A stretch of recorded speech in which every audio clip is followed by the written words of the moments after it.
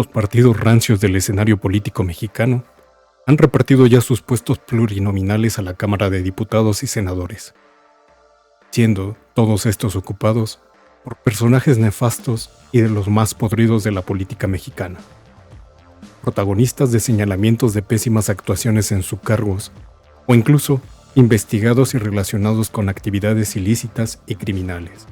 Rumbo a las elecciones del próximo 2 de junio, en las que se renovarán las cámaras de diputados y senadores, el PRI y el PAN aprobaron las listas de sus candidatos de representación proporcional o plurinominales, quienes ocuparán parte de los escaños y curules en las que destacan nombres de exgobernadores, excandidatos, exlíderes sindicales y dirigentes partidistas. Tanto el PRI como el PAN aprobaron la noche del jueves sus candidaturas, mientras que el PRD continúa en las negociaciones para su integración. En el PAN, los senadores Germán Martínez, Josefina Vázquez Mota, Kenia López Frankenstein, el exgobernador de Tamaulipas, Francisco García Cabeza de Caca, Jorge Romero, el líder del cártel inmobiliario, y Julián Rementería, integran la lista de los candidatos a diputados federales del PAN, que ayer fueron avalados por la Comisión Permanente Nacional de ese partido. Mientras que los diputados Margarita Zavala, María Elena Pérez Jaén, Jorge Romero, Juan Carlos Romero Hicks, Jorge Triana y Gabriel Cuadri tienen luz verde para buscar la reelección en San Lázaro. Ello, luego de que la CPN, encabezada por el líder nacional, Meco Cortés, y quien va al Senado como primero de la lista, aprobó las candidaturas a diputaciones federales, tanto por la mayoría y los de representación proporcional. Entre los candidatos al Senado anunciados ayer por el PAN, también se encuentran el exsecretario de Gobernación, Francisco Ramírez Acuña por Jalisco, Enrique Vargas por el Estado de México, Lili Telles por Sonora, Miguel Ángel Yunes por Veracruz, María Teresa Aranda por Puebla, entre otros. En la lista de plurinominales al Senado, destacan al líder nacional del PAN, Meco Cortés, y al excandidato presidencial, prófugo de la justicia en Estados Unidos, Ricardo Anaya. Como ocurrió en la negociación de candidaturas al Senado, en el acuerdo de coalición opositora para contender por la Cámara de Diputados, el PRI también salió ganón, pues competirá prácticamente por el mismo número de diputaciones que el PAN, aunque este obtuvo el doble triunfo que el tricolor en 2021. Las dirigencias del PAN, PRI y PRD pactaron que en las elecciones de junio próximo postularán candidatos juntos en 294 de los 300 distritos electorales del país. Ellos serán siglados por el PAN 114 y 112 por el PRI, en tanto que al Sol Azteca le corresponderán postular a 68 abanderados. En la lista tricolor al Senado encabezaría el dirigente del PRI, Vandalito Moreno Cárdenas, y el exgobernador de Sonora, Manlio Fabio Beltrones. La secretaria general del PRI, Carolina Villagnano. También están Ana Lilia Herrera Ansaldo, actual diputada, Carlos Humberto Aceves del Olmo, actual senador, varias veces diputado, líder de la Confederación de Trabajadores de México, CTM.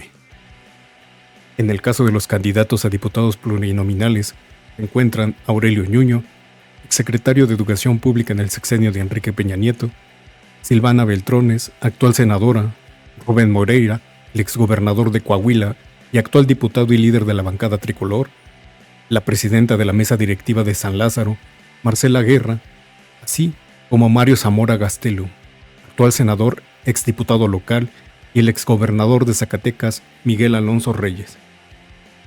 También se encuentra la excandidata al gobierno del Estado de México, Alejandra del Moral, e Israel Betanzos, líder del PRI en la Ciudad de México.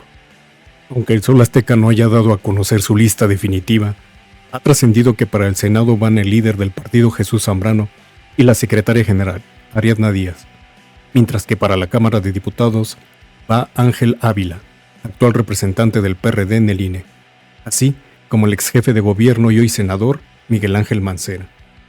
Las negociaciones en el partido se han tornado difíciles por las posiciones, pues incluso el exgobernador de Michoacán, Silvano Aureoles, y el exaspirante a la candidatura del Frente por la Ciudad de México, Luis Espinosa Cházaro, han mostrado públicamente su inconformidad. Francisco García Cabeza de Caca, el exgobernador de Tamaulipas, fue aprobado de manera unánime como candidato plurinominal a la Cámara de Diputados. A través de su cuenta de X, Cabeza de Caca hizo público el anuncio y agradeció a las y los integrantes de la Comisión Permanente del Consejo Nacional del Partido Acción Nacional por seleccionarlo para la primera posición de diputación. La aprobación de la candidatura del exmandatario de Tamaulipas ocurre en medio de un clima tenso. Primero, a causa de una orden de aprehensión en su contra emitida en octubre de 2022, por lo cual Cabeza de Caca estuvo fuera del país varios meses. La orden fue girada debido a que el exgobernador había sido señalado por los delitos de delincuencia organizada, operación con recursos de procedencia ilícita y fraude fiscal. En segundo lugar, el nombramiento de Cabeza de Caca como candidato plurinominal ocurre también en medio de la denuncia puesta en su contra por la directora general de Notarías Públicas del Gobierno de Tamaulipas, Guillermina Reynoso Ochoa, ante la Fiscalía General de Justicia Estatal. Reynoso Ochoa dijo que interpuso la denuncia por el uso de un instrumento notarial falso, con el que Cabeza de Caca obtuvo un certificado de residencia ante el Ayuntamiento de Reynosa. La acusación suscitó que el exgobernador anunciara que se ampararía y denunciaría al gobierno de Américo Villarreal Anaya. El destape de Cabeza de Caca como candidato a diputado del PAN implica que este tendría fuero constitucional a partir de septiembre de este año. Además, el exgobernador de Tamaulipas, la comisión del PAN aprobó la diputación para Jorge Romero, quien es señalado por escándalos de corrupción al interior del partido, así como por tener vínculos con el cártel inmobiliario de la Ciudad de México. La Fiscalía General de la República, encabezada por Alejandro Tortujerts Manero, y que ha fallado en la mayoría de sus acciones contra los corruptos y presuntos criminales, ahora se apresta a revocar un amparo que interpuso el exgobernador de Tamaulipas, Francisco Daniel García Cabeza de Caca, para no ser detenido. El amparo se le otorgó al exgobernador de Tamaulipas, la jueza octava de distrito con sede en esa entidad, Adriana Yolanda Vega Marroquín. La juzgadora ordenó en 2023 la cancelación del mandamiento judicial dictado por un juez en el año de 2022 por los delitos de lavado de dinero y delincuencia organizada. La juzgadora Vega Marroquín, al hacer la revisión del caso, consideró que la Fiscalía no aportó pruebas suficientes para acreditar que el ahora exmandatario tamaulipeco estaba enlodado en esos delitos. Algo curioso y no menos extraño, pues si algo acreditó la Fiscalía fue el enriquecimiento descomunal del político panista mediante la compra de varios departamentos y casas dentro y fuera de México, así como la constitución de empresas presuntamente para lavar dinero sucio. Por ello, interpuso el juicio de desafuero, recurso que terminó convertido en un verdadero desgarriate, ya que Cabeza de Caca no solo terminó su mandato, sino que pudo evadir la acción de la justicia. Con el amparo de la justicia, Cabeza de Caca pudo huir del país e instalarse en los Estados Unidos. Allá, también es investigado por el delito de blanqueo de capitales, pero vive cómodamente en Texas y desde ahí llegó al descaro. Dijo ser un perseguido político, se registró virtualmente como precandidato a la presidencia de la República y no obstante, las acusaciones por delincuencia organizada se le otorgó una suerte de coordinación sobre temas de seguridad en la campaña de Xochitl Gálvez. Quizá un poco tarde, la Fiscalía General de la República impugnó el amparo que la jueza Vega Marroquín le concedió a Cabeza de Caca. Ahora la impugnación está en manos de 2 tribunales colegiados de Tamaulipas. Y algunas fuentes consultadas afirman que en un plazo de 3 meses, más o menos para abril de este año, deberán resolver si confirman, modifican o desechan la sentencia de amparo de la jueza mencionada. En caso de que la resolución inicial sea confirmada, pues no habrá otra alternativa más que la anulación de la orden de arresto por parte de un juez. Esto sería de forma definitiva, y así Cabeza de Vaca podría pasar a ser algo así como una gran víctima de la Fiscalía y del gobierno de la Cuarta Transformación. El caso ha resultado ser todo un circo. Cuando se le empezó a investigar, las autoridades dijeron que tenían pruebas sólidas contra Cabeza de Caca para desaforarlo y encarcelarlo. Pero el entonces gobernador tenía mucha información sobre los financieros que pagaban las campañas de los candidatos de Morena. Uno de ellos era Sergio Carmona, presuntamente relacionado con Mario Delgado, líder de Morena, asesinado en el estado de Nuevo León. Por lo menos desde hace 4 años, el Departamento del Tesoro de Estados Unidos inició una investigación en contra del exgobernador de Tamaulipas, por presuntos nexos con el crimen organizado. Se le acusa de haber recibido dinero del Cártel de los Zetas, el grupo criminal que también financió las campañas políticas de otros 2 exmandatarios tamaulipecos, Tomás Yarrington Rubalcaba y Eugenio Hernández Flores, ambos actualmente presos. Paralelamente, la Unidad de Inteligencia Financiera, a cargo de Santiago Nieto, detectó movimientos inusuales en las cuentas de Cabeza de Caca.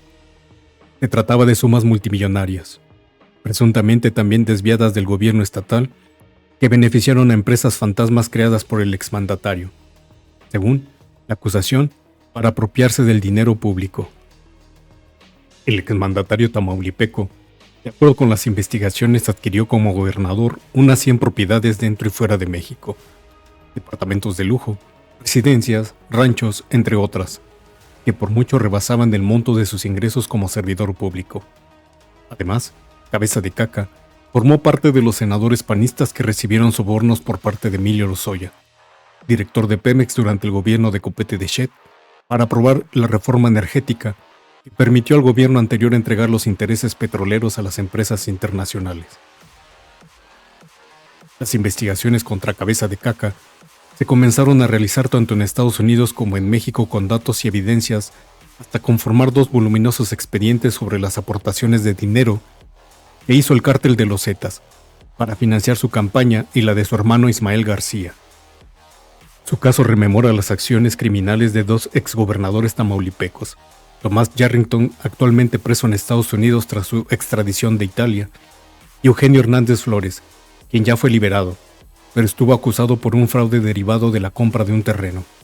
Además, tiene un expediente abierto en Estados Unidos por lavado de dinero al no poder acreditar el origen de $30 millones.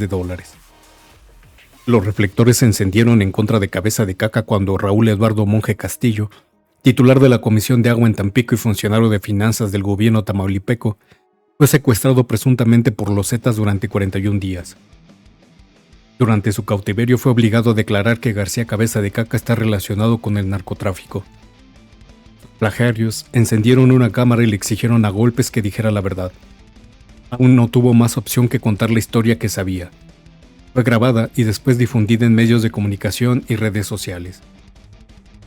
Dijo que Cabeza de Caca se relacionó con el narcotráfico desde hace varios años y relató que cuando fue lanzado por el PAN como candidato, recibió de los Zetas $2 millones. No fue todo. Su hermano Ismael García también recibió dinero del crimen, según expuso. Le dieron $1 millón. Los recursos fueron utilizados para sus respectivas promociones políticas.